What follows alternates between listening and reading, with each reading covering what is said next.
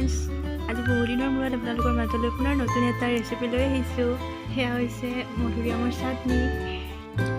ইয়াৰ বাবে মই মধুৰিআম দুটা ছিঙি ল'লোঁ আৰু ইয়াৰ লগতে ওচৰতে পাই নৰসিংহ আৰু জলকীয়া, নেমু, পিঁয়াজ, মান ধনিয়া আৰু পদিনা এনেদৰে কিবা কিবি অলপ গোটাই ল'লোঁ।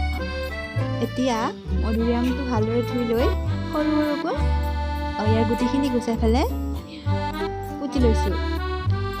এতিয়া মোৰ সকলোখিনি ঠিক ঠাক হৈ গ'ল। এতিয়া মই মিক্সিত মধুৰিআমখিনি আৰু জলকীয়া, পদিনা, নৰসিংহ, মান ধনিয়া আটাইখিনি দি দিছোঁ আৰু ইয়াৰ পৰিমাণৰ নিমখ দি দিছোঁ।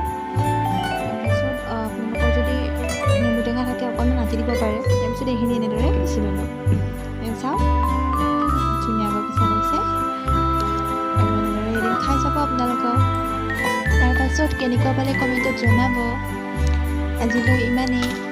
ভিডিঅ'টো শেষলৈ চোৱাৰ বাবে ধন্যবাদ আৰু চেনেলটো ছাবস্ক্ৰাইব আৰু শ্বেয়াৰ